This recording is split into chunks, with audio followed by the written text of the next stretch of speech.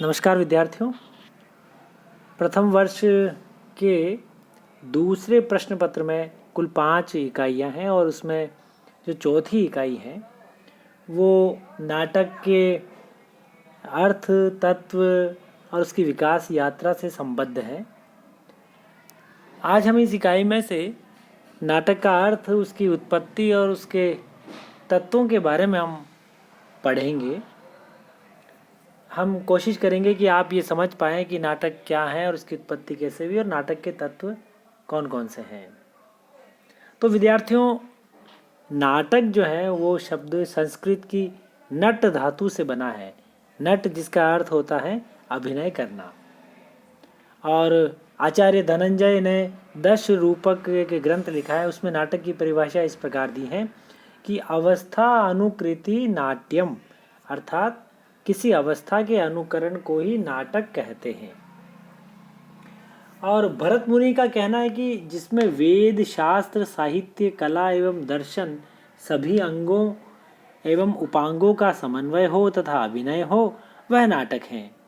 और जो यूनान के दार्शनिक हैं अरस्तु, उन्होंने कहा है कि ट्रेजेडी उस कार्य का अनुकरण है जिसमें गंभीरता के साथ आकार की स्वतः पूर्णता हो और सब तरह के आनंद का उद्रेक करने वाले उपकरणों से अलंकार युक्त भाषा में अभिव्यक्त हो तथा जिसकी सृजना नाटकीय ढंग से की गई हो, न कि विवरणात्मक ढंग से। तो इस प्रकार से वस्तुतः जो है नाटक जो है वो एक सुंदर, सुव्यवस्थित तथा सामंजस्यपूर्ण चित्र के समान है।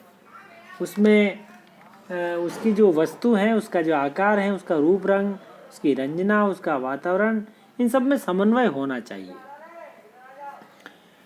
नाटक की उत्पत्ति के बारे में अलग अलग मत है कि नाटक कैसे उत्पन्न हुए, कैसे शुरू हुए और ये कैसे खेले जाने लगे मंच पर। तो भारतीय और पाश्चात्य विचारकों में अलग अलग दृष्टिकोण हमें मिलते हैं। भारतीय विद्वान नाट्यशास्त्र जिन्होंने ग्रंथ लिखा है आचार्य भरत मुनि हैं, और उन्होंने कहा है कि देवताओं के प्रार्थना करने पर ब्रह्मा जी ने ऋग्वेद से पाठ, सामवेद से गान, यजुर्वेद से अभिनय और अथर्ववेद से रस लिया और नाटक नामक 5वें वेद की रचना की। इस प्रकार इस नाटक को जो है वो 5वां वेद भी माना गया है।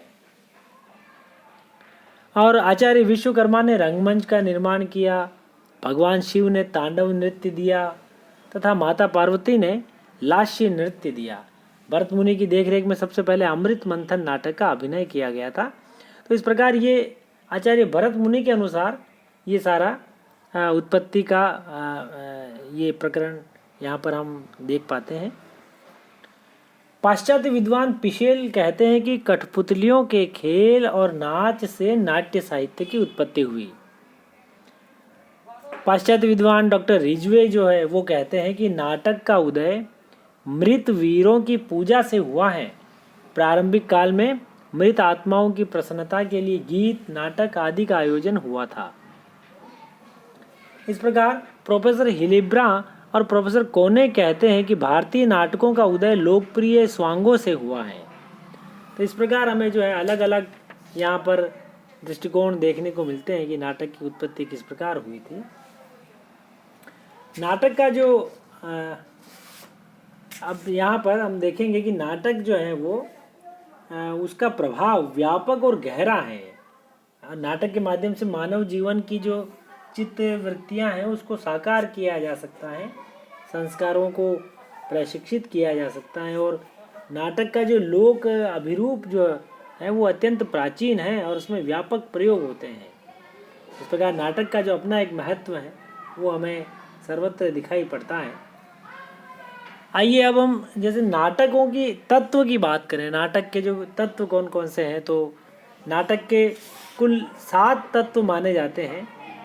पहला तत्व है कथा वस्तु, दूसरा पात्र या चरित्र चित्रण, तीसरा कथोपकथन, चौथा तत्व है देश काल या वातावरण, भाषा शैली, पांचवा है, और छठा है उद्देश्य, और सातवां जो है वो है अभिनेता। तो यहाँ पर हम जो पहला जो तत्व है नाटक का, कथा वस्तु, उसकी यदि हम बात करें, इसको हम वस्तु संगठन या कथानक या कथा वस्तु सभी नामों से हम जानते हैं। ये नाटक की जो कथा वस्तु है वो पौराणिक, ऐतिहासिक या मिश्रित कथा वस्तु में विभक्त की जा सकती है कि इस प्रकार जो कथानक होता है वो किस पर आधारित है, कौन से काल, कौन सी घटना, किस इतिहास, किस पर आधारित है, इसको लेकर के उसका कथानक का भेद किया जा सकता है। और कथानक के जो गुण होते हैं उसमें एक तो कथा अति संक्षिप्त घटनाएं उसमें कम होती हैं, एक सूत्रता और रहस्यात्मकता उसका एक खास गुण है, मौलिकता उसमें प्रमुख उसकी विशेषता है। इस प्रकार कथा वस्तु एक महत्वपूर्ण तत्व है नाटक का।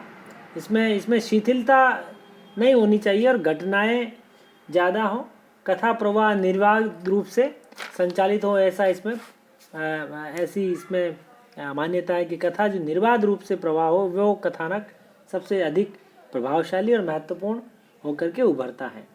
और मुख्य और आधिकारिक कथा जो है शुरू से लेकर के अंत तक इसमें चलती है। दूसरा जो बिंदु आता है, दूसरा जो तत्व आता है वो है पात्र या चरित्र चित्रण, जिसे हम कहते हैं। नाटक का जो मुख्य पात्र होता है वो नायक कहलाता है और उसकी पत्नी या प्रेमिका या नायिका के रूप में चित्रित होती हैं। कुछ नाटक नायिका प्रधान भी होते हैं, जैसे ध्रुव श्री नाटक हुआ।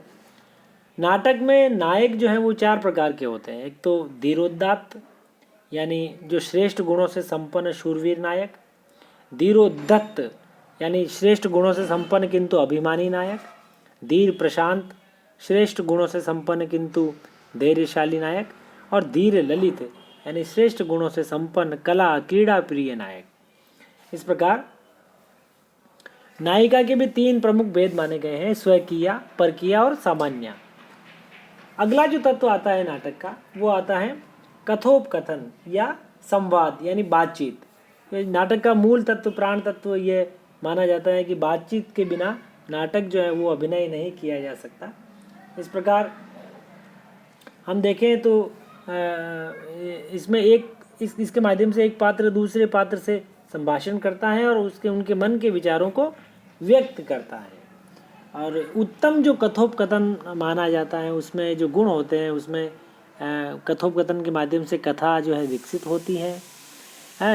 चरित्र जो होता है, पात्र जो होता है वो उसके गुण स्पष्ट रूप से व्यक्त हो पाते हैं संवाद से, और नाटकीयता बनी रहती है, रोचकता बनी रहती है, जिज्ञासा और रहस्य पैदा करे ऐसे संवाद हो, परिवेश को उभारें और संक्षिप्त और सरल हो। इस प्रकार दुरूह और कठिन शब्दावली वाले जो संवाद होते हैं उनको टाला जाता है नाटकों की रचना में, ताकि दर्शक जो है सहजता अनुभव कर सके। चौथा जो तत्व है नाटक का वो है देश काल वातावरण।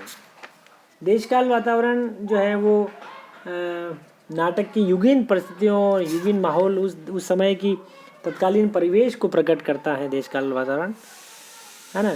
तो नाटककार को 3 चीज़ों का संकलन त्रय का ध्यान रखना पड़ता है, जिसमें स्थान, कार्य और समय, इनकी एकता का विशेष ध्यान रखना पड़ता है। और अगला जो बिंदु है वो है, अगला जो तत्व है 5वां, भाषा शैली। नाटक के कथानक को भाषा और शैली प्रसिद्धि तक ले जाती हैं। पात्र के अनुकूल जो भाषा है उसका ध्यान रखा जाता है, जैसा पात्र होता है वैसी भाषा की संरचना इसमें व्याप्त होती है। भाषा सरल, सुबोध और लालित्यपूर्ण होनी चाहिए, और माधुर्य और प्रसाद गुणों से युक्त भाषा दर्शकों को अपनी ओर आकर्षित भी करती हैं। छठा जो तत्व है नाटक का वो है उद्देश्य, यानी नाटक जो है वो उद्देश्य प्रधान होने चाहिए। इसमें दर्शक, श्रोता और पाठक नाटक से शिक्षा ग्रहण कर सकें और उद्देश्य को ध्यान में रखते हुए उचित साधनों द्वारा फल प्राप्ति कर सकें। इस प्रकार का नाटक आदर्श नाटक स्थान प्राप्त करता है। 7वां और अंतिम जो तत्व है नाटक का वो है हमारे सामने, हम देखें तो अभिनयता, यानी अभिनय जो है नाटक का प्रधान गुण है। और अभी इसका मतलब होता है कि प्रदर्शन करने की क्षमता। इसके अभाव में नाटक की कथा जो है उपन्यास और कहानी बनकर रह जाती है। वह दर्शक तक तभी पहुंच सकता है जब नाटक अभिनय के गुणों से युक्त होता है। तो ये हमारी चौथी यूनिट में जो तीन बिंदु थे उनको हमने आज पढ़ा है। और चौथा जो इसका अगला जो बिंदु आएगा वो है नाटक की विकास यात्रा। वो हम अगले वीडियो में हम सुनेंगे, देखेंगे। तब तक के लिए धन्यवाद, शुक्रिया।